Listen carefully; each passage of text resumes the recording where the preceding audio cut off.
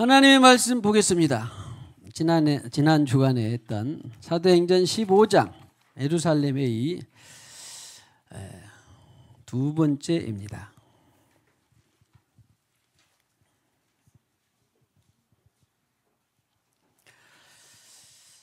기억을 다시 한번 잠깐만 떠올려 드리면,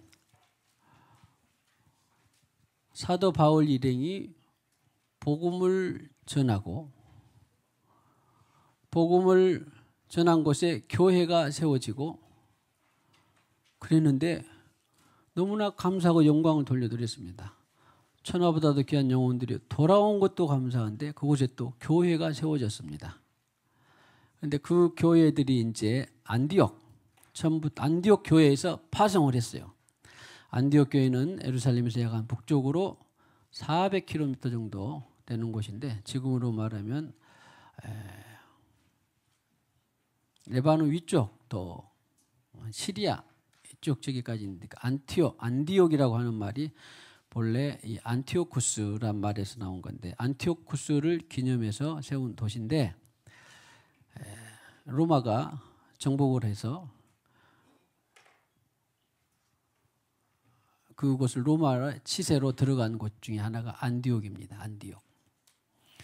안디옥에서 복음을 선교사를 파송해서 복음이 전해져서 교회가 세워졌는데, 그 지역이 보통 어디냐면 지금의 소아시아 지역 쪽이에요. 소아시아, 터키 지역 정도로, 본도, 갈라디아 이런 데로 교회가 세워졌는데, 그들이 문화권은 본래 뭐였냐면, 알다시피 예수 이전에 로마 그리고 그리스 때 그리스 신화라고 많이 들어봤죠? 그리스 신화에 그 다음에 로마가 이어받은 그런 여러 가지 신들의 문화권이 있는 곳에 복음이 들어가서 거듭나서 회심하고 성령을 받은 사람들이 교회가 세워졌는데, 그것을 예루살렘 이제 교회에 보고하기도 하고 나누기도 하고 이렇게 해서 돌아와서 교회가 세워졌습니다. 그런데 그 중에 하나님을 열심히 믿는다고 하는 바리새파가 있었거든요. 지금도 교단이 있죠. SNF파, 젤로파 이렇게 있었는데, 바리새파가 종교적으로 율법적으로 상당히 심하게 믿는 파였어요. 근데 그들도 아무튼 복음을 듣고 구원을 받았습니다. 그랬는데 그들에게서 벗겨지지 않은 뭐가 있었냐면, 깨달아지지 않은 뭐가 있었냐면, 우리가 예수 복음으로 구원을 받았는데 그래도 조상들에게서 물려받은 할례를 해야 되지 않을까? 그래서 하는 말이 15장 1절에 모세의 법대로 할례를 받지 아니하면 능히 구원을 받지 못하리라. 이렇게 지금 이제 신앙적 갈등이 생긴 거예요. 바울은 내내 복음을 전해서 문화를 초월해서 예수 복음으로 구원을 받게 했는데, 바리새파가 심하게 믿다 보니까 편중이 된 거예요. 그래도 할례를 받아야 되지 않을까? 이런 것은 이제 전통이거든요. 그런데 나중에는 지금 정리는 뭐냐면, 받아도 되고 안 받아도 되는 것이었는데, 정통 복음은 그래요. 성경적인 복음은 그렇습니다. 정통 복음이에요. 성경적인 복음은 받아도 되고 안 받아도 되는 것이었는데, 그 당시는 초기다 보니까 성령 세례가 있고 약 한 25년 정도 지나고 초기다 보니까 받아야 되는 거 아니야? 그리고 어디까지 연결이 되냐면, 능히 구원을 받지 못하리라. 그러니까 이것은 성경적으로 맞아요, 틀려요? 우리가 지금 아는 성경적으로는 할례는 구원의 조건이 돼요, 안 돼요? 안 돼요. 그러니까 그들에게 있어서 만약에 이것이 잘못 전달되게 되면, 내내 예수 복음을 듣고도 믿음으로 성령을 받았는데도 할례를 받아야 된다. 그 말은 그들만의 복음이 돼버리는 거예요. 잘못된 복음이 된 거라고. 잘못된 복음이. 근데 그럼 그때만 있었냐? 그런 게 아니라 지금도 이렇게 종교적이나 교파 속에 이런 것들이 많이 있어요. 이제 여러분들은 그 시대마다 다는 이제 알지 못하겠지만 저는 어차피 공부를 했기 때문에 그때 이후로도 우리가 뭐 알다 우리 이제 거슬러 가 봅시다. 기독교 장로회, 동합 측, 또 합동 측, 성결교, 또 무슨 우리가 있는 독립교단 또는 뭐 감리교 이런 것들이 있잖아요. 그들 속에 있는 복음에 있는데 예수 구원이 있긴 있는데 다른 것도 해야 된다더라. 이것은 복음을 방해시키는 거예요. 구원을 방해시키는 거라고. 오늘도 이 할례 1절에 능히 구원을 받지 못하리라. 받으면 좋겠다 하면 좋았는데 능히 구원을 받지 못하리라. 그러니까 할례가 복음의 예수 구원의 복음에 필수가 되면 안 되잖아요. 이런 것이 이 종교성이에요. 그러니까 필수가 아닌 것들을 부담시켜서 나중에 사도들의 회의는 필수가 아니니까 이것을 부담시켜서 그들에게 복음의 장애가 구원의 장애가 되면 안 되겠다로 결론은 났는데 이것을 벗겨지기가 바리새인들도 쉽지 않았는데 오늘 여러 교단들에서도 쉽지 않는 분들이 많이 있습니다. 그래서 이 사도행전 15장은 복음을 성경적인 복음을 정립하는 데 있어서 상당히 중요한 분수령이 되는 그런 장이에요. 그래서 바울 선교팀 일행이 그러면 처음부터 어린 양 예수께 직접 받은 사도들에게 한번 이것을 자문을 받아보자. 아멘. 예수 복음을 직접 듣고 배운 사도들에게 한번 자문을 받아보자. 그래서 수백 킬로를 와가지고 예루살렘으로 이것을 가져온 거예요. 그랬더니 아닌 게 아니라 이들도 돌아온 것은 기뻤어요. 이제 자 지금 진행합니다. 2절에 보니까 다툼과 변론이 일어난지라 이것을 예루살렘으로 가져왔는데 4절에 보니까 15장 4절에 사도와 교회와 사도와 장로들에게 영접을 받고 하나님이 자기들과 함께 하셨다는 일을 먼저 보고를 했습니다. 선교 보고를. 그리고 5절에 또 거기서도 본도 갈라데 이런 흩어져 있는 바리새인들이 있었는가 하면 예루살렘에서도 바리새파 중에 어떤 믿는 사람들이 일어나 말하되 할례를 행하고 모세를 율법을 지키라 명하는 것이 마땅하다 하니라. 그러니까 터키 지역에 있는 바리새파 사람들이나 예루살렘에 있는 바리새파 사람들은 자기 나름대로의 조상들이 가진 전통이 있었던 거예요. 할례가 구원의 필수인 것처럼 알고 있었던 거예요. 예수 복음으로 구원을 받고 성령을 받아서 뭐 자유롭게 되는 것 같은데 거기다가 또 무엇을 더 얹은 거예요. 얹은 거예요. 이런 것이 이제 그 당시에는 교리와 전통이었어요. 그럼 우리에게 있어서는 교리와 전통이 우리에게도 있겠죠. 일단 어떻게 벗어났는가 봅시다. 이것을 듣고 바울이 먼저 베드로가 설교를 했습니다. 그리고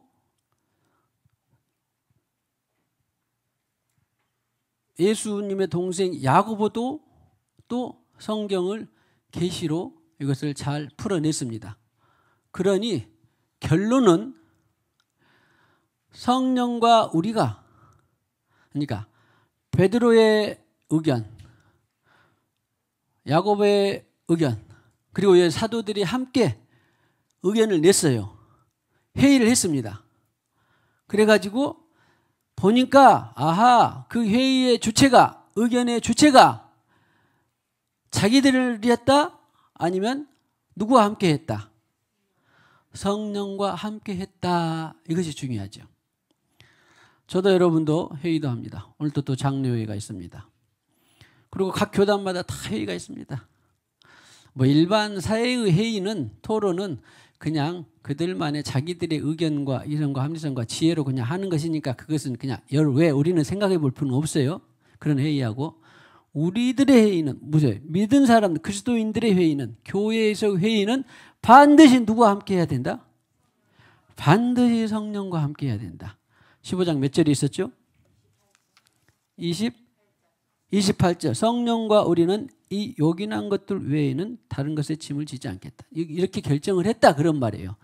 성령과 성령과 우리는. 그래서 오늘 우리가 장로회를 합니다. 그러면 지난번에 셀장 회의를 했습니다. 모임을 했습니다. 장로회를 했습니다. 그럼 세상 사람들 저 사람들이 그렇게 야유를 결정을 했대. 그리고 또 무슨 간증을 하기로 했대. 또 그런데 그 사람들을 보기에는 성령과 결정한 것이 보여요, 안 보여? 세상 사람들 눈에는 안 보여요. 우리 마음에만 성령과 함께한 우리 마음에만 보이는 것이지요. 이것이 하나님의 나라와 세상 나라의 큰 차이점입니다. 모든 여러분의 개인사도 가정사도 직장의 일도 다 그런 거예요. 그래서 아무튼 우리는 그리스도인들은 반드시 똑같이 회의를 하고 똑같이 토론을 하고 똑같이 의견을 주고받는데 우리는 성령과 함께 했고 그들은 자기들끼리만 했다. 성령이 없이 했다. 그래서 제가 늘 우리가 기도하는 것도 성령이 없는 종교는 그것은 하나님께서 인정하지도 않고 성령, 하나님이 없는 정치, 하나님이 없는 무슨 과학, 하나님이 없는 국방 이런 것들은 다 하나님하고 상관이 없는 일이더라. 그런데 우리는 오직 무엇을 하든지 간에 성령과 우리는 그렇게 되는 저와 여러분 우리 교회가 되기를 축복합니다. 그래서 어떻게 이제 결론을 과정은 이제 어렵지 않습니다. 할례를 바리새파 중에서 할례를 행해서 지키라 명하는 것이 마땅하지라 했는데 결론적으로 베드로는 어떻게 이제 우리가 지난 시간에 읽었으니까 어떻게 풀었냐면 우리도 유대인이었지만 예수님의 은혜로 우리가 값없이 성령을 받아서 하나님의 자녀로 가입된 거 아니냐.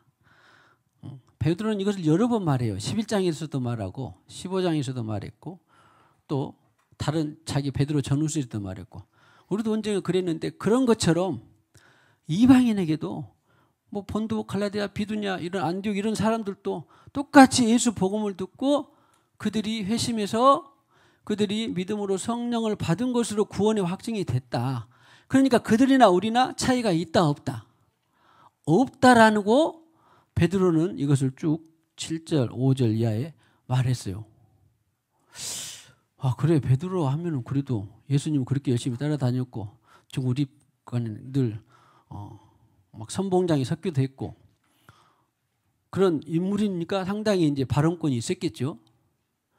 그런데다가 다른 사람도 말했겠죠. 이제 흔적을 보면 대표적으로 야고보도 또 이것을 말해요. 베드로가 그렇게 풀었는데 맞다. 왜냐하면 여기는 시몬으로 나오는데 시몬은 이제 시몬 베드로의 히브리식 이름이에요. 어디 40 몇 절 있죠? 14절? 예, 시몬이 쉬려고 시몬이 말하였으니 그러니까 시몬 베드로의 의견을 받아서 다시 또 확증하는 의견을 또 내요. 맞다. 이것이 구약에 기록되어 있다. 구약에 예언되어 있다라고 하는 것입니다. 어떻게? 선지자들의 말씀이 베드로가 풀었던 그 해석은 구약의 선지자들의 말씀과 일치한다 그랬어요. 그래서 우리가 신약을 풀 때 구약에 예언되어 있으면 그렇게 기분 좋고 가볍고 확증이 오잖아요. 그런 것처럼 어떻게 사도 야고보는 예수님의 동생 야고보 이제 순교한 야고보는 없어요 지금. 여긴 한 49년 정도 되니까 순교한 야고보는 33년에 예수님의 세베대 아들 불 같은 그런 야고보는 순교했고 동생 야고보예요. 그래서 회의를 주재하면서 베드로의 의견이 성경에 일치된 계시가 있다. 그것이 뭐냐면 16절 15장 16절 17절 다윗이 무너진 장막을 내가 이후 돌아와서 다윗이 무너진 장막을 다시 지으며 또 그 허물어진 것을 다시 일으키리니 이는 그 남은 사람들과 내 이름으로 일컬음을 받는 모든 이방인들로 주를 찾게 하려 함이라 하셨으니 이것이 바로 베드로가 설교한 예언의 내용과 일치한다 그런 말이에요. 그런데 이 말씀을 어떤 말씀을 인용했냐면 아모스 9장 11절의 말씀을 인용한 거예요. 베드로가 지금 설교한 것은 아모스가 9장 11절, 아모스 9장 11절에 보면 그날에 내가 다윗의 무너진 장막을 일으키고 그러면 말씀이 있습니다. 예, 할렐루야. 그날에 내가 다윗의 무너진 그러니까 야고보가 사도행전 15장 16, 17절에 인용한 말씀은 아모스 몇 장 몇 절? 9장 11절에 있는 말씀을 인용했는데 여기는 이제 그 당시 이후에 그랬는데 아모스는 그날에 그랬어요. 이런 것이 바로 이제 성령 세례가 임한 그날입니다. 마지막 날에 내가 만민에게 영을 부어서 구원을 확증시켜 준 것처럼 그런 말씀이 예언되어 있는 것을 베드로가 풀었는데 야고보도 이것을 성경을 통해서 확증을 한 것이죠. 확증을. 그러면 아니 어떻게 그러면 그날에 마지막 그날에 이후에 다윗이 무너진 장막을 일으켰을까요? 보세요. 크게 보면 다윗이 BC 지금부터 3000년경의 사람 그리고 다윗을 통하여서 사람들이 타락하고 배교하고 그러다 보니까 포로 생활 70년 살다가 돌아왔네요. 돌아왔는데 암흑기가 찾아왔다가 1000년 뒤에 예수님이 십자가에 죽으시고 다윗의 마음과 합한 그런 영을 보내주신 거예요. 성령을. 그래서 무너진 장막을 그래서 다윗 가문에게 약속한 것들은 계속 이어졌고 그 다음에 예수를 통하여 혈통은 예수의 혈통의 선조가 다윗입니다. 다윗. 아브라함, 다윗 이렇게 내려와요. 그런데 그 다윗에 이어서 예수가 와서 무너진 장막을 그렇게 타락하고 또 무너졌던 장막을 다시 일으켜 세운다. 그러니까 그 장막은 성전 시대가 되어서 오늘날 우리 몸을 성전 삼고 오신 그 장막을 다시 일으켜 세우는 핵심 장치가 바로 우리에게 무엇을 주어서 우리를 장막이 되게 했다? 성전이 되게 했다? 성령을 주어서 장막이 되게 한 거예요. 우리가. 성전이 되게 한 거예요.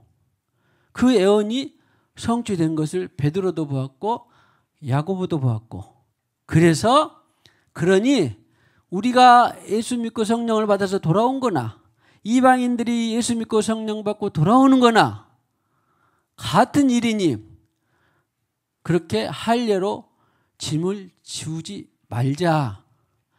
이것이 바로 성령과 우리가 이거를 결정을 했다 그런 말이에요. 그럼 여기 더해서 생각해 보니 봐보세요. 15장 5절에 보면요. 그 아까 바리새파들의 종교성에서 깨어나는 것이 중요하다고 했는데 바리새파도 조금만 생각해 보면 알 거라고. 그들은 아브라함, 다윗, 예수는 이제 아직은 놔두더라도 아브라함, 다윗에게 목을 거는 사람들이에요. 그런 사람들은. 목숨을, 생명처럼. 그런데 아브라함이 할례를 받은 때가 언제였냐면 12장에 부름받아서 17장인데요.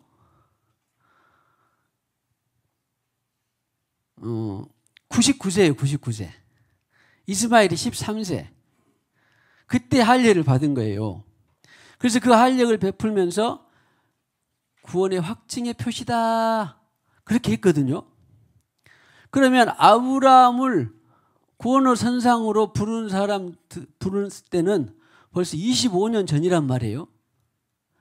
그러니까 구원의 선상에 있었던 아브라함의 확증으로 할례를 받게 한 것이었는데 이것을 할례를 받아야 구원받는다 그 말은 거꾸로 돼버린 거예요. 순서가. 그러죠?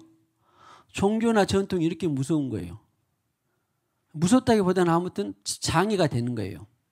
이게 내 안에 어떤 종교나 전통이 있으면 성경적으로 부합하면 그것을 아멘 받으면 되는데 부합하지 않는데도 그것을 종교나 전통을 고수하고 있으면 그것이 복음의 장애가 되는 거예요. 오늘 바리새파 이런 사람들이 주장했던 것을 만약에 베드로나 야고보가 성령으로 더불어서 성경적으로 해석하지 않았더라면 그들은 어디 가서든지 계속 야 할례를 받아야 된다 할례를 받아야 된다 그럴 거 아니에요. 다시 한번 봅시다. 아하, 구원의 선상에 뜻은 사람들이 아브라함이 와서 그것을 나중에 구원의 과정이 있었는데 나중에 확증을 하기 위해서 할례를 주셨구나. 그리고 그것을 알게 되면 지금 할례를 받아야 구원받는다 그 말이 되겠어요 안 되겠어요? 안 되잖아요. 거꾸로 돼버리잖아요. 그래서 그런 것을 알고 그들은 알았기 때문에 율법을 알았기 때문에 할례는 구원의 큰 필수나 그런 것이 아니다라고 깨달은 거라고요. 자 보세요. 다시. 그래서 베드로나 야고보나 오순절 마가다는 성령의 세례를 받았는데 성령을 받은 것이 그들의 어떤 구원의 이 조건으로 무엇을 할례를 해서 구원이 들어갔다 그런 게 아니라 할례가 없는 이방인에게도 지금 성령이 왔어요 안 왔어요? 왔잖아요. 할례가 없는 이방인에게도 성령을 받았어요. 여러분도 자 우리가 뭐 할례를 받고 여러분들이 성령을 받았습니까? 아무도 없을걸요 별로 여기서 거의. 그런 것처럼 아하 할례는 구원을 받는 것이 문제가 아니라 구원을 받은 사람들이 이것을 그 문화의 형식에 따라서 해도 되고 안 해도 되는 그것이 돼야 되는데 할례를 받아야 구원을 받으리니 그러면 안 된다는 거예요. 할렐루야. 이것을 바울은 어떻게 로마서에서 정확히 정리를 했냐면 유대인들이 다 유대인들이 아니고 할례인 사람 이면적 할례 이면적은 속리예요. 속으로 할례 마음의 할례 그리고 표면적 할례는 실제적으로 이 남자들이 포피를 배워서 피를 보게 하는 그런 것이 겉으로 물리적인 할례가 아니라 로마서 2장 28절 29절에 로마서 2장 28절 29절 이면적 속으로 마음의 할례를 받은 사람들이 다시 말하면 마음의 성령을 받은 사람들이 진짜 할례 받은 사람들이다 그렇게 정리를 한 거예요. 그래서 바울이나 베드로나 야고보나 로마서 2장 28절 29절을 봐주세요. 모두가 다 예수님께 듣고 배워서 정확한 교리를 구원에 대한 정확한 교리를 제시해 준 거예요. 표면적 유대냐 겉으로 물리적 유대냐 표면적 유대인의 할례가 아니니라 29절 겉으로가 아니라 29절 보면 마음의 할지니 그런 것처럼 마음의 할례를 받을 수 있는 유일한 길이 뭡니까? 성령을 받는 길은 없어요. 성령을 보증으로 받는 길 외에는 마음의 할례는 없습니다.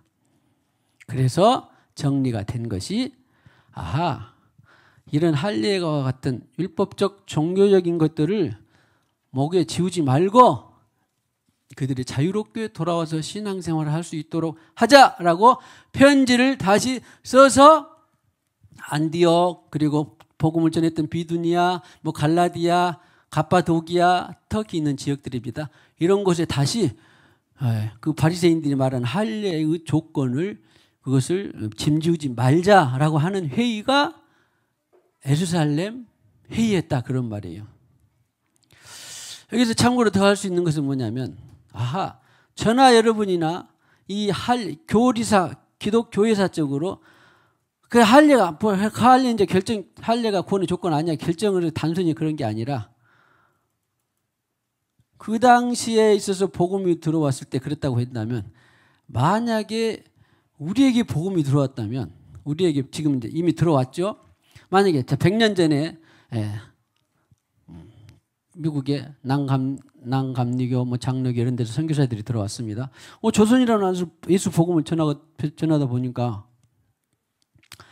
회심하고 성령을 받은 사람들은 다 그렇게 됐는데 만약에 예를 들어서 야 그래서 너희들이 회심하고 성령을 받았다면 이제 그때 당시에는 이제 그랬다고 그래요. 뭐 야 술 먹지 마, 도박하지 마 그런 것이 많았다고 그래요.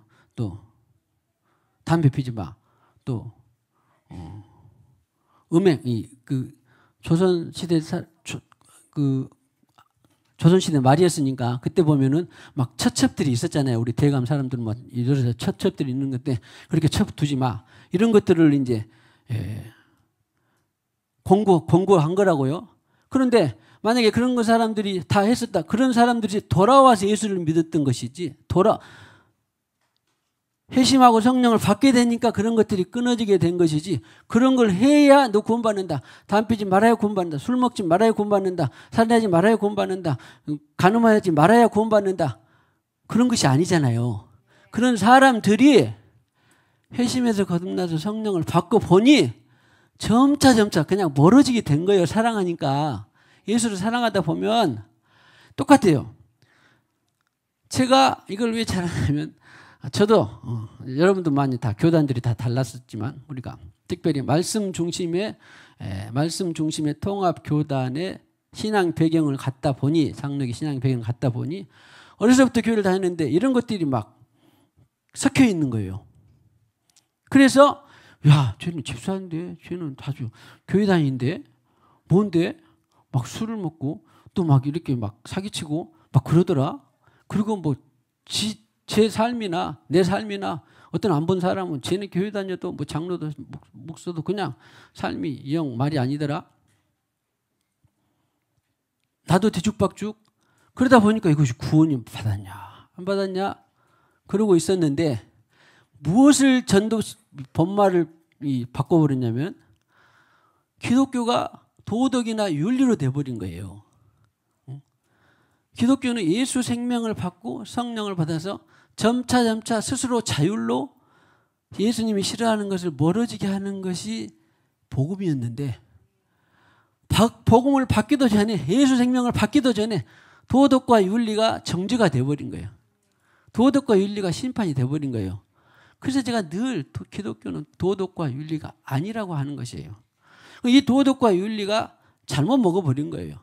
물론 어떤 여러분들은 잘 받았을는가 모르겠지만 저는 100년 넘는 교회에서 그런 신앙교육을 받으면서 그렇게 되다 보니까 이것이 뒤죽박죽 돼버리더라고요. 성경은 그것이 아니에요. 도덕이나 윤리가 아닙니다. 제가 늘 말씀드린 것처럼 예수 믿은 우리보다도 도덕과 윤리로 법적으로 훨씬 잘 살아내는 사람들이 있어요 없어요? 있습니다. 그러면 그들이 구원받고 우리는 구원도 못 받잖아요. 그게 아니라니까. 예수 피 은혜로 내 생명이 존재가 바뀌었느냐 그걸로 구원을 받는 것이지 우리가 도덕과 윤리로 구원을 받는 것이 아니라니까요. 도덕과 윤리로 그것이 잘못된 것을 예수 피로 씻는 것이고 그들은 씻을 데가 없다라는 것이지요. 그래서 복음을 이런 정확한 성경적인 복음을 우리가 전해야 되고 참고로 이제 영적 지식을 좀 더 지경을 넓히기 위해서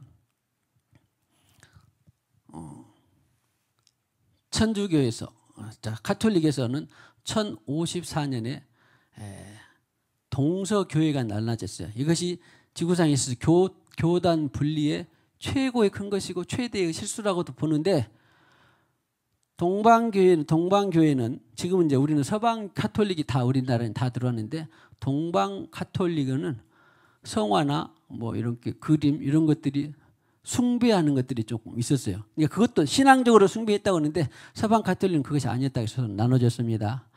그랬는데 이제 뭐 면죄부가 들어오고 행위가 들어오고 또 뭐 구원 행위가 들어오고 그러다 보니까 루터가 이제 1517년에 아니다. 믿음으로 구원을 받은 것이었는데 성경을 보니까 믿음으로 구원을 받는 것이었는데 왜 그런 그 예식을 통하여서 구원을 받는 것을 하냐 그러니까 차고 나온 것이 바로 개신교였죠. 이 개신교가 믿음으로 구원을 받는다 또 말씀 중심이 되다 보니까 루터는 하나님의 믿음을 받고 구원에 선포를 했는데 나중에 이것도 시간이 지나다 보니까 100년 200년 지나다 보니까 그 믿음이 자기 믿음이 돼버린 거예요. 자기 믿음이 돼버린 거예요. 그리고는 믿음으로 구원받다 보니까 교회에 다니고 활동하고 성가대하고 뭐 봉사하고 그러다 보니까 그것이 믿음인 줄 알고 그 구원의 행위가 가다 보니까 지적 믿음이 되어서 그냥 성령의 성결이 안 돼버리는 거예요. 그러니까 처음에는 개신교도 믿음으로 말씀으로 잘 나가다가 나중에 성화가 죽어버린 거예요. 똑같이 믿음으로 그냥 행위하고 예배드리고 뭐 직분 받았으니까 내가 구원 받았으니 그렇게 돼버리니까 성화가 안 돼버린 거예요. 성령의 거룩이 안 돼버린 거예요. 자, 성령이 거룩이 안 돼 버리니까 또 하나님은 웨슬리의 감리교를 일으켜서 야, 성령으로 너희들이 거룩해져야 된다. 응? 거듭나서 믿음으로 성령을 받은 사람들은 성령으로 너희들이 거룩해져야 된다. 다른 말로 하면 하나님이 싫어하는 것은 점차 멀어지게 된다. 멀어지게 된다. 제가 우리 어떤 사람이 복음을 받기 전에 막 11조 해라, 주일 성수해라, 또 무슨 봉사 해라, 그런 행위를 별로 거의 말하지 않잖아요. 왜? 성령을 받으면 스스로 알아서 한다니까. 하나님이 싫어하는 담배도 끊게 되고, 하나님이 싫어하는 또 뭐 술도 멀리하게 되고, 하나님이 싫어하는 뭐 음행도 뭐 멀리하게 되고. 예를 들면 그 고린도 교회나 이런 데에 그 터키 지역 이런 데는 전부 다 그리스 문화권이었기 때문에 그 그리스 신전 같은 데 보면 창기들이 있어, 여사제들이 있어가지고 그 여사제들과 더불어서 그들이 이 뭐냐면 성적 관계를 맺게 되면 하나님이 아니라 그 신전, 그 신의 능력이 온다. 그래서 정당성을 가지고 그런 것이 음행을 피하게 한 거예요. 여기 성경에서 아까 피와 목매어 죽인 게 음행과 또 뭐죠? 무엇을 멀리하라고 네 가지? 우상이 들어온 것을 멀리하라. 그런 것이 권면이 나온 것이에요. 그러나 그 어떤 것을 다 했어도 예수 믿고 성령을 받게 되면은 스스로 그냥 정리가 된다니까. 스스로 말하지 않아도. 그리고 누가 옆에서 쪼아대지 않고 야, 그것을 네가 권사가 집사가 그거 하면 되냐? 그걸 안 해도 스스로 성령을 통해 알아 몰라. 하나님이시라는 걸 스스로 안다니까. 스스로. 그래서 우리는 그것이 이제 복음의 본류죠. 그런데 믿음의 행위로 그것을 거룩하게 되었다. 안 되니까 웨슬리라는 그런 또 성령 사역자가 나타나서 성령으로 거룩한 삶을 삽시다. 그런 거예요. 지금 1500년도 크게만 말하면 1700년도에 웨슬리가 나와서 야, 우리가 믿음이 있던 사람들은 성령으로 거룩하게 삽시다. 그랬는데 이제 웨슬리가 또 죽고 한 200년 지나고 나니까 이제 뭐 계몽주의 뭐 이런 거 르네상스가 나타나면서 그래 거룩하게 해야 되는데 자기가 또 거룩한 거예요. 이해하셨죠? 우리는 성령으로 거룩해야 되는데 자기로 야, 나는 술 먹으면 안 돼. 나는 뭐 거짓말하면 안 돼. 나는 또 뭐 주일 범하면 안 돼. 나는 또 뭐 하면 안 돼. 거룩의 주체가 내가 돼버린 거예요. 이것이 이제 뭐 르네상스나 이런 운동하고 계몽주의나 이런 거 맞물려갖고 자기 거룩이 또 돼버린 거예요. 자기 거룩이 돼버리니까 이제 1900년도쯤에 하나님께서 또 오순절 교단을 일으켜가지고 오순절 교단을 통해서 야, 너희들 거룩이 아니라 성령으로 거룩을 또 알게 해주신 거예요. 지금 단점은 말고 장점만 제가 지금 말하는 것입니다. 단점은 또 동시에 조명이 됐죠. 그러니까 단점은 야, 너희들이 거룩할 수 없어. 성령으로 거룩해져야 돼. 그렇게 해서 오순절 교단을 하나님이 또 일으키셨는데 이제 이 오순절 교단은 또 성령으로 운동을 하다 보니까 이제 또 막 애연 치유해가지고 또 말씀은 좀 뒤쳐져 버리고 이제 성령으로만 또 막 신비적인 것들이 막 나타나 버린 거예요. 그러니까 이런 것들을 다 보완해 지금까지 뭐 오순절이니 또 무슨 성결교니 감리교니 통합이니 개신교니 이런 것들을 성경을 다 들여다보면 종합적으로 녹아져 있는데 왜 그 하나만 가지고 종합병원에서 왜 이비인후과만 가지고 왜 내과만 가지고 왜 또 무슨 뭐라고 안과만 가지고 이것을 보냐가 아니라 종합을 해야 된다니까. 성경은 종합을. 지금은 그래서 21세기 성도들의 신앙생활은 이 모든 교단, 교파를 전통적인 교단, 통합의 전통 교리를 벗어나고 장점을 취하고 감리교의 전통 교리를 벗어나고 장점을 취하고 오순절 교단의 전통을 벗어나고 장점을 취해서 성경에 있는 대로 종합적 계시가 필요할 때예요. 이 마지막 때가 그래요. 지금 종합적 계시가 필요하지 않으면 지금 말씀만, 믿음만, 성결만, 성령만 그러다 보면 한쪽으로 치우쳐 버리게 된단 말이에요. 건강한 신앙생활이 안 돼요. 창세기부터 계시록은 알겠죠? 건강한 신앙생활이 된다. 주고받다. 건강한 균형 잡힌 신앙생활 합시다. 이 마지막 때 그걸 하나님께서 놓아두신 거예요. 미혹되지 말라고. 성경에서는 미혹되지 말라고. 이것은 그런 것이구나. 이 모든 것이 근데 성경을 보니까 다 녹아져 있는데 왜 그때 시대마다 그 부분만 강조가 됐었는지. 그래서 성령과 우리는 이 요긴한 것 외에는 다른 걸 메우지 않겠노라 하는 것처럼 지금은 성령으로부터 듣고 배워야 돼요. 아까 성결을 강조했던 웨슬리도 그때는 좋았는데 그것만 강조하다 보니까 살아있고 운동력 있는 하나님의 말씀, 계시, 레마의 말씀을 제쳐두고 말씀이 나와 있는데 뭐 필요 있냐. 그 계시가 뭔 필요 있냐. 말씀이 나와 있는데 예언이 뭔 필요 있냐. 그래버리는 거예요. 그러니까 그들은 말씀 중심, 1500년대 이제 루터를 통해서 말씀이 중심이 되어서 우리는 말씀 중심의 교회다. 그랬는데 그 말씀이 기록된 말씀 플러스 우리는 뭐죠? 계시의 말씀, 주님께서 오늘 들려주신 그 말씀이 돼야 되는데 대부분의 지금 이 교단들의 이 약점이 뭐냐면은 말씀이 있는데 무슨 계시가 필요해. 말씀이 있는데 무슨 애언이 필요해. 말씀이 있는데 무슨 성령이 필요해. 그러니까 말씀을 빙자해서 내가 성령의 역할을 해버리는 거예요. 이성과 합리성이 성령이 자리를 차지해버린 거예요. 아시겠죠? 이것이 맹점이에요. 그러니까 얼마나 많은 사람들이 미혹이 돼서 신앙생활을 병들게 하는지 몰라요. 저는 그것을 어려서부터 듣고 보아서 너무 잘 알아요. 너무 잘 알아. 내가 그렇게 들어왔기 때문에. 아니, 말씀이 있는데 뭐 애원이 뭐 필요해. 저도 한때 그랬으니까. 말씀이 있는데 무슨 성령이 필요해.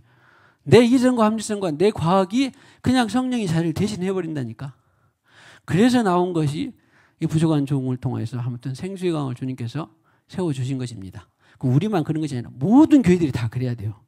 말씀과 성령이 그대로 우리가 그래도 노래를 하는 것입니다. 오늘 15장을 통해서 말씀과 성령으로 한쪽으로만 치우치지 말고 절대 우리가 어떤 교단에서 어떤 교파에서 신앙생활을 듣고 배웠든지 어떤 유튜브를 듣고 어떤 설교를 듣든지 간에 정확하게 기록된 말씀 플러스 오늘 주님께서 내게 주신 그 말씀, 어린 양이 하시는 그 말씀, 어린 양 기도 중에 들려주신 그 말씀과 더불어서 두 개가 건강하게 가야 돼. 그런데 또 어떤 사람은 그러면은 그 기록된 말씀이 무슨 소용이 있냐. 오늘 말씀 듣고 내가 따라가면 되지. 그러면 또 어떻게 될까요? 그러면 또 이게 아웃라인이 벗어나게 돼요. 어떤 틀이 있어야 되는데 내가 받은 계시가, 내가 받은 말씀이, 내가 받은 주님의 음성이 어디 안에 있는가? 성령 안에 있는가를 반드시 봐야 돼요. 그래도 저는 아무튼 이 두 가지에 대해서는 저는 이 어떤 성령신감 내지는 자부심이 있습니다. 왜냐하면 절대 내가 어떤 오늘 아침 계시를 받았는데도 그것이 주님 이 성경의 틀에 없다 보면 저는 언제든지 버려버립니다. 확증이 오기 전까지는. 그런데 반대로 또 여기 말씀이 있는데 내가 계시를 받았는데 그런다고 또 사람마다 다 다르고 시대도 다르고 그런데 말씀이 없는 것이 있는데 그것을 어떻게 그러면 주님의 인도를 받냐. 그런 것이 이제 성령의 계시죠. 계시가 없이 불가능한 신앙생활, 또 말씀이 없이 불가능한 신앙생활. 그래서 지금은 이 두 가지가 다 통합적으로 필요한 마치 종합적인 종합병원인 것처럼 종합적인 계시의 신앙생활이 필요하다라고 하는 것입니다. 모쪼록 이 15장을 지나면서 그랬구나. 성령과 우리는 이 요긴한 것들 외에는 다른 짐을 지지 않겠노라. 여러분들이 한번 이제 저와 수년 동안 듣고 보고 해서 이제 뭐 어느 정도 이제 체계가 잡히고 또 그러려니 하지만 지금 아직도 영적 상황은 전체적인 우리 대한민국만 보더라도 영적 판도는 뭐냐면은 말씀이 중심이 된다 했는데 성령이 도외시한 목회자 사역자들 교회가 많아요. 그래서 건강하지를 못한 거예요. 많아요. 성령으로 그렇게 하려고 했었던 그 오순절들은 한번 했더니 이제 그냥 그 사람들이 우리 말씀 중심이 건강해야지. 그러니까 오순절 교단이 우리 대한민국에 있기는 있는데 별로 발 못 붙여요. 그런 상황을 아셔야 돼. 말씀 중심이다 해가지고 좀 더 나가면은 그냥 말씀 신학시대는 말씀이 지상처럼 모든 명령처럼 그렇게 돼버리는 목회자 사역자들이 교회들이 또 있습니다. 그러니까 아예 귀를 닫아버리는 거예요. 제가 이야기를 나눠보고 저는 어차피 대상이 이제 뭐 성도들보다 우리 성도들은 그렇지만은 어떻게든지 목회자가 살아야 교회가 사는 거잖아요. 이야기를 해보면 성령 이야기를 하면 귀에 닫아버려. 치유 이야기 나오면 귀를 닫아버려. 계시 이야기 나 어저께 환상을 봤다 그러면 문을 닫아버리는. 아니 귀를 닫아버려요. 그러면 안 돼요. 그런데 그런 사역자 교회 목회자들이 의외로 많습니다. 그걸 알고 25장을 통하여서 반드시 성령과 우리는 이 요긴한 것들 위해 아무 짐을 지우지 않기로 하였으니 주여 더욱더 우리가 이 성령의 계시와 성령 운동, 성령 목회 또 성령에 우리가 집중을 해서 성령만로 가면 또 안겠지만 말씀과 성령이 균형 잡혀서 건강한 생활을 할 뿐만 아니라 또 어떤 그런 교회 사역자 목회자들이 많아지는 그런 이 기도를 하고 또 많아지는 그런 하나님 앞에 탄원을 하고 부르짖는 저와 여러분 우리 교회가 되기를 주님의 이름으로 축복합니다. 자, 찬송하겠습니다.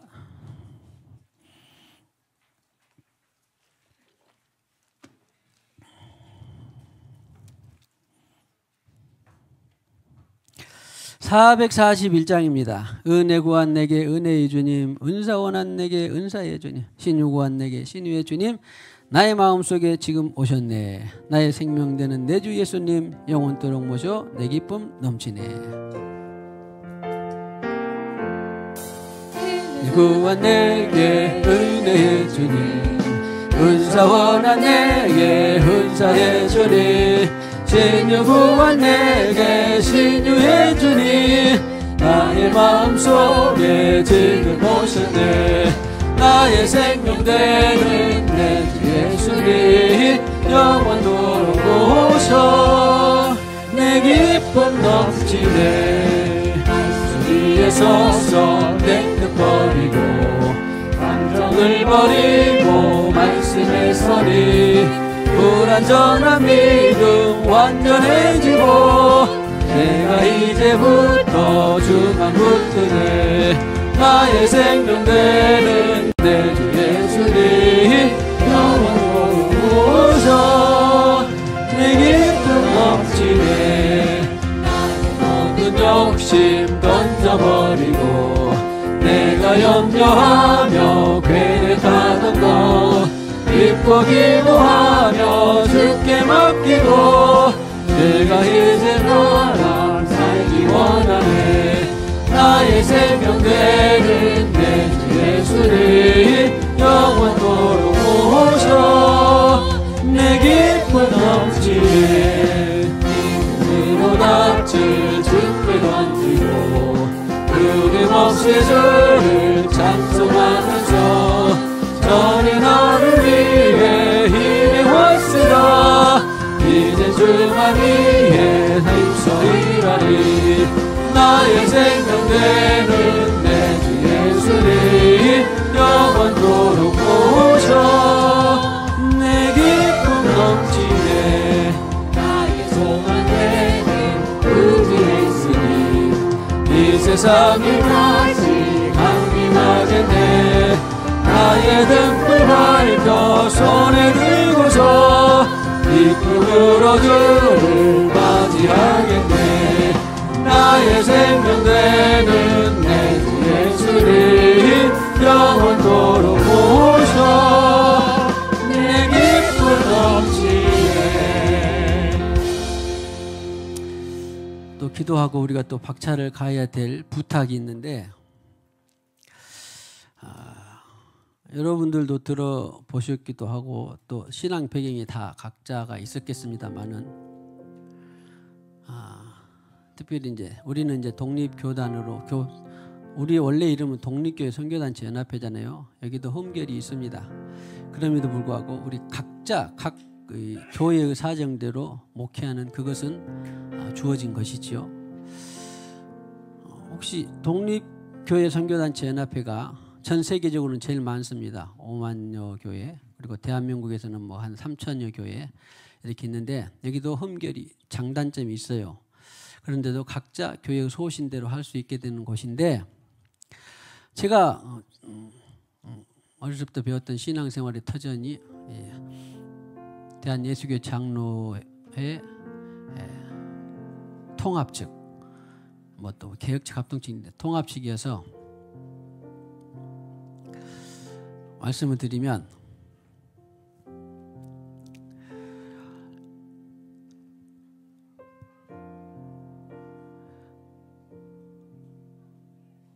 말씀이 있고 그래서 애언이나 계시나 성령의 계시가 말씀이 있으니까 이 말씀대로 간다. 그래서 우리 이제 교회에서는 필독도가 됐습니다만은 뭐 워치만이나 위트니스리나 이런 것들이 금서가 되어 있어요. 어디에서? 다른 교단은 또 모르겠는데 통합교단에서는 금서가 되어 있어요. 예를 들어서 또 뭐 지금은 좀 덜 하기는 합니다만은 조이 도우슨 같은 음성을 듣는 이런 것들이 예수 전도단에 있었던 것들이 금서가 되어 있고 또 그 사역을 약간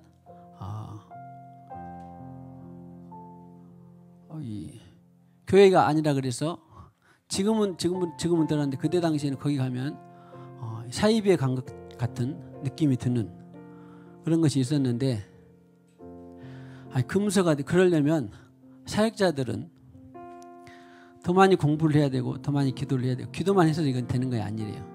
성경을 보고 왜 금서가 되어 있는지 그래서 저는 그 이후로 본 적이 없었는데 나중에 목회를 하고 어쩌다 하다 보니까 시골에 있을 때에 소개를 받아서 왜 이것이 금서가 됐을까 하고 봤는데 성경이 부합하는 일이 너무나 많은 거예요. 거기도 단점은 있지만 부합하는 일이 너무도 많은 거예요. 그리고 어떤 데는 내노란 큰 교회에서 목회를 하다가 그 한국 복음선교회 그 워치만이 위트니스리가 주도하는 그런 단체에 가입을 해서 은혜를 받는 원로 목사님들도 있더라고요. 그래서 내가 그동안에 듣고 배웠던 것들은 막연히 그냥 금서하고 막연히 그냥 제안하고 그러면 그것을 내 신앙 배경으로 그래 맞아 그러면 안 됩니다. 공부도 많이 하고 기도도 많이 하고 성경도 많이 읽어야 그것이 금서가 돼서는 안 되겠고 그 사역이 금지가 돼서는 안 되겠고 그 단체가 금지가 돼서는 안 되겠다라고 하는 것을 제가 우리 교회에서는 풀어놓잖아요. 뭐든지 듣고 직접 가르침을 받으라고. 그런데 공부 않고 역사나 책이나 이런 것을 읽지 않고 그러면 계속 지금도 그 목회자 그 사역자들은 금서로 할 거라고요. 계속 그 사역을 금지시킬 거라고요. 얼마나 영양실조가 되겠습니까? 영양실조가. 신앙이 풍성하지도 못하고 건강하지도 못하고. 그래서 특별히 여러분들은 아무튼 나름대로 사명이 있기 때문에 이 영적 상황을 바꿀 수 있는 것은 말씀 플러스 성령의 계시가 없으면 안 되겠구나. 지금 그들은 왜 그렇게 금서를 하고 계시나 애언을 무서워하는지 그러냐면 내가 기도해 봤는데 우리의 합리성이나 이성이나 이런 것들이 성령의 자리를 대신하고 있는 거예요. 잘 들어보세요.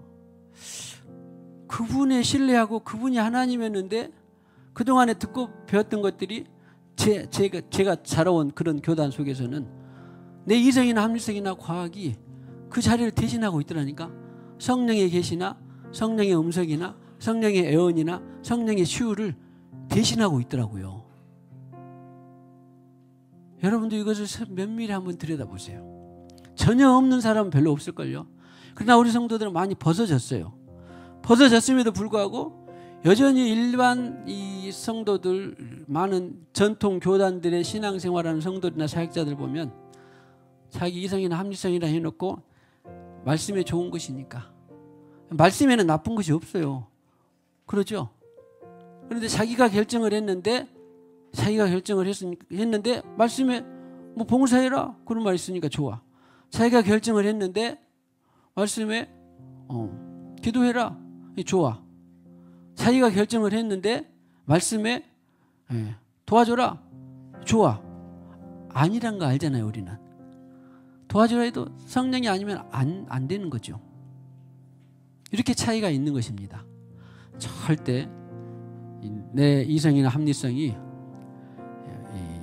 말씀에 부합시켜서 성령의 계시를 무시하면 안 되고, 성령의 환상이나 애언이나 치유를 도외시하지 말고, 어떻게든지 우리는 내가 지금 나 자신 자체가 이 말씀을 통해서 성령의 자리를 대신하고 있다, 그런 것을 미리 알고, 성령의 계시나 성령의 말씀이나 성령이 모든 교회들에게 하시는 말씀을 들을지어다, 에베소 교회야 성령이 교회들에게 하시는 말씀을 들을지어다, 두아디라야 성령이 교회들에게 하시는 말씀을 들을지어다, 성령의 음성이 성경에 나와 있는 살아있고 운동력 있는 말씀입니다.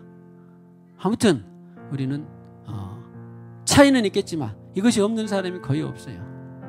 왜? 말씀을 가지고 있고 성령의 계시나 음성이 워낙 도의시하다 보고 워낙 또 이것이 전파되지 않다 보니까 열악하지만, 그러나 성령의 말씀이나 계시나 애언이나 치유는, 환상은 바로 말씀과 같은 것이구나.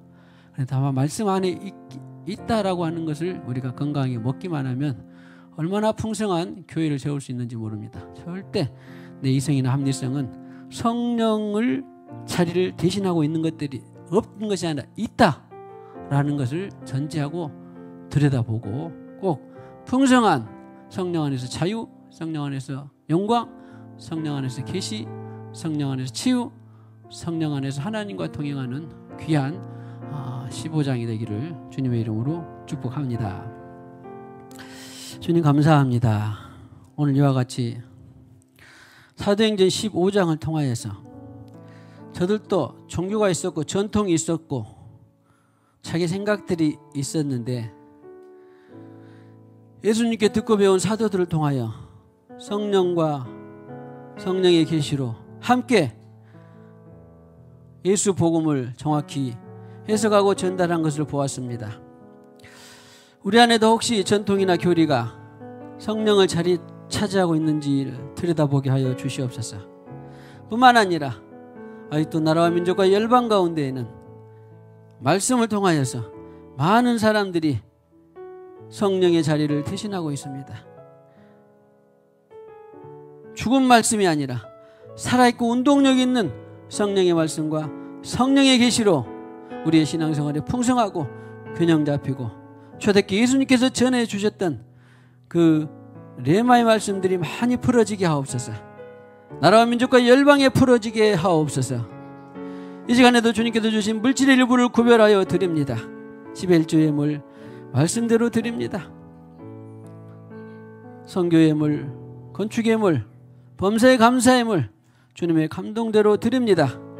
받으시고 흠양하시고 더욱더 하나님 나라가 내 안에서 우리 안에서 교회 안에서 나라와 민족 가운데 확장되게 하여 주시옵소서. 또 축복하여 주시옵소서. 하늘에 신령한 것, 땅에 기름진 것들이 되게 하여 주시옵소서. 예수님의 이름으로 기도하옵고, 지금은 교회의 머리가 되시는 우리 구주 예수 그리스도의 무한하신 은혜와 하나님 아버지의 만극하신 사랑과 일마다 때마다 도우시고 인도하시는 성령님의 내주교통 위로 충만하심이 오늘과 같이 사도행전 15장 예루살렘 회의를 통하여서 성령의 풍성한 계시가 풀어지기를 원하는 모든 심령과 가정과 교회 위에, 나라와 민족 위에 영원히 함께 하셨기를 간절히 축원하옵나이다. 아멘.